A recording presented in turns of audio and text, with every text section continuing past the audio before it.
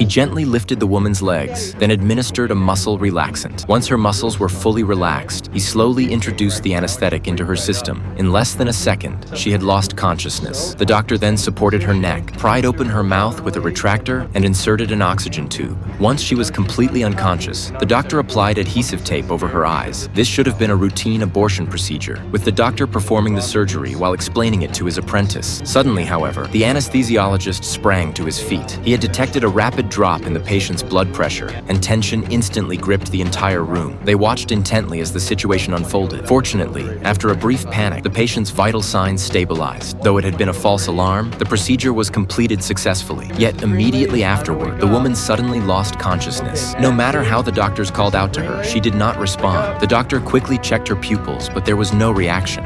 Oh, Jesus Christ! Her pupils are fixed and dilated! What? The pupils? They're fixed, dilated.